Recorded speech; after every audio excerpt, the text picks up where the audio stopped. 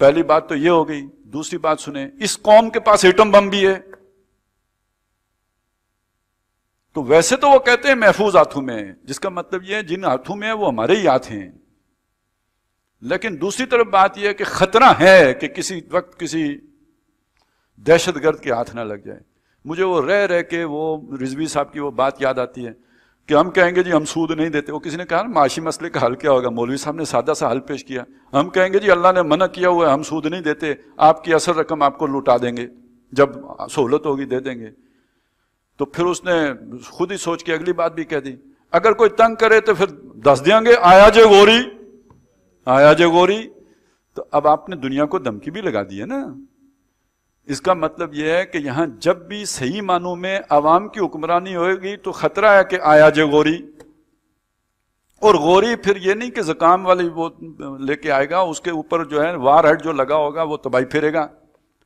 لہذا آپ کے پاس یہ ویپن نہیں ہونا چاہیے.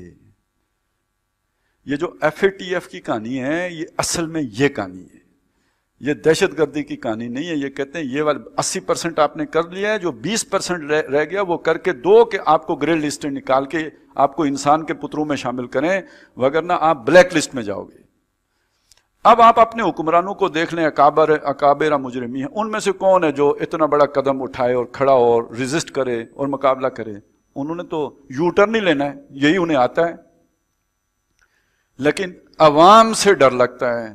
اب یہ بنانے جا رہے ہیں مولویوں کو نشان عبرت. جیسے جب دیوبندیوں کے خلاف آپریشن کیا تھا تو پہلے نشان عبرت بنانے کے لیے لال مسجد والوں کو اٹھایا, پھر ان کے ساتھ وہ کیا کہ پھر مولانا فضل الرحمان صاحب کے ذریعے سے مینج کرنا آسان ہو گیا. سب کو مولانا حکومت نے ڈرایا نشان دکھا کے.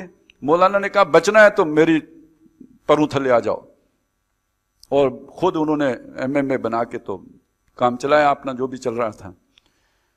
وہ دور لد گیا. 20 سالوں میں وقت کے دریا سے پلوں کے نیچے سے بہت سا پانی گزر گیا. اب لوگ داڑھی کو بھی برداشت کرنے کے لیے تیار نہیں, اب مدرسوں کو بھی برداشت کرنے کے لیے تیار نہیں, اب ختم نبوت والی یہ جذباتیت بھی برداشت کرنے کے لیے تیار نہیں.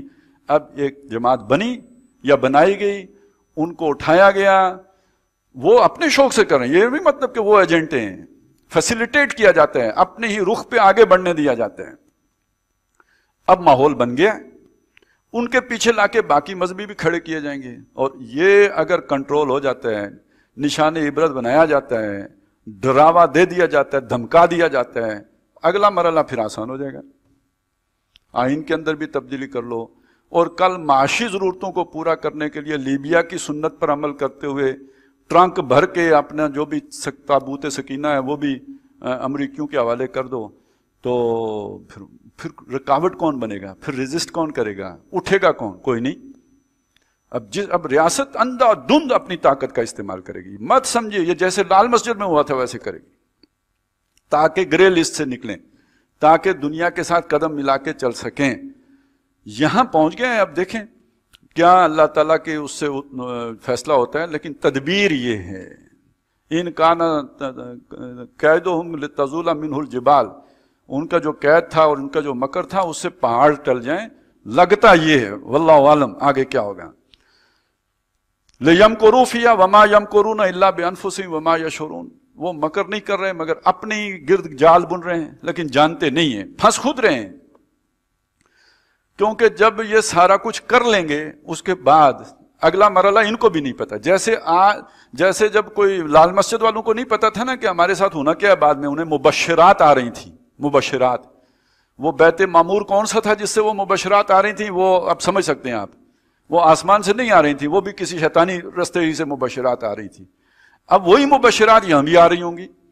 اگر ایک طرف یہ اس طرح کے کام کیے جا رہے ہیں تو یہاں بھی کچھ ہوں گے مبشرین جو آ کے بشارتیں دے رہے ہوں گے کہ ہم آپ کے ساتھ ہیں, قدم بڑھاؤ مولوی صاحب, اسی تڈے نالا. اور ہوں گے بھی ابھی. وہ آخری مرحلے میں جیسے غزوہ بدر سے ان کا لیڈر واپس چلا گیا تھا تو یہ بھی واپس چلے جاتے ہیں, یہاں لال مسجد سے بھی واپس چلے گئے تھے. اسی طرح سمجھ لیجئے کہ یہ جو اگلا جو نتیجہ جو نکلے گا تو وہ یہ ہے کہ پھر مبشرات والے پیچھے ہٹ جائیں گے اور مولوی صاحب اکیلے رہ جائیں گے.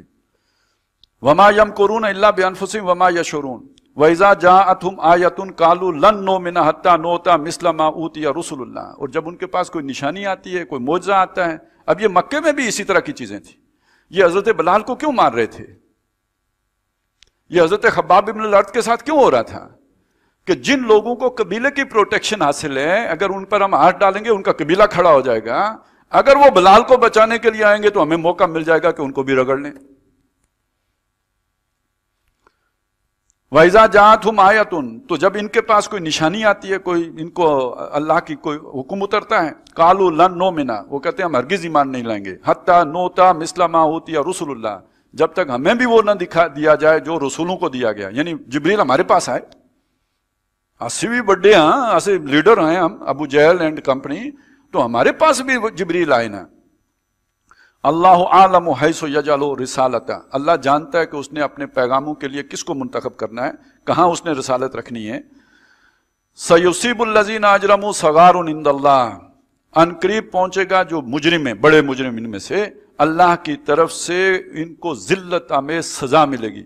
یہ اب ہمیں دل و جان سے دعا کرنی چاہیے، وگرنہ یہ جو اس وقت ایک حکمران نہیں، یہ پوری جو لاٹ ہے حکمرانوں کی، یہ جو رولنگ ایلیٹ ہے، یہ اگر اب اس پر اللہ کا عذاب نہیں ٹوٹا، یہ ملک توڑے گی، یہ سارا کچھ بیچ کے کھائیں گے.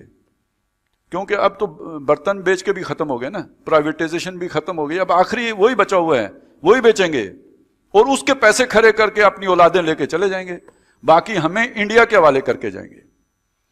یہ جو آیا نا کہ وما یشعرون، جانتے نہیں ہیں، جب ہمارے پاس یہ کچھ بھی نہیں رہے گا تو ہمارا تو ایک دشمن منہ کھولے بیٹھا ہوا ہے پہلے سے. اور پھر جو آر ایس ایس ہندوستان میں مسلمانوں کے ساتھ کرے گی اور پھر ادھر آ کے جو کرے گی وہ سوچ لیجئے.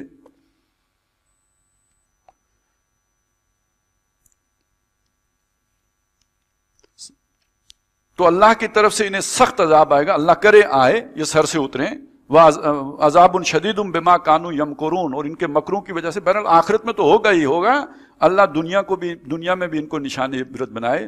صرف پاناما ہی کی وکی لیکس نہ ہوں، کوئی سوئٹزرلینڈ کی بھی وکی لیکس ہوں، کوئی جو ہے نا براڈ شیٹ کی بھی ہوں، کوئی پتہ لگے کہ اور کون کون سے فرشتے جو ہیں خضر صورت لوگ شیطانی کاموں میں ملوث رہیں. فَمَن يُرِدِ اللَّهُ أَن يَهْدِيَهُ يَشْرَحْ صَدْرَهُ لِلْإِسْلَامِ. کل تصوف یہ ہے جی، جس کے لیے اللہ یہ ارادہ کرے کہ اس کو ہدایت دے، اس کے سینے کو اسلام کے احکام کے لیے کھول دیتا ہے.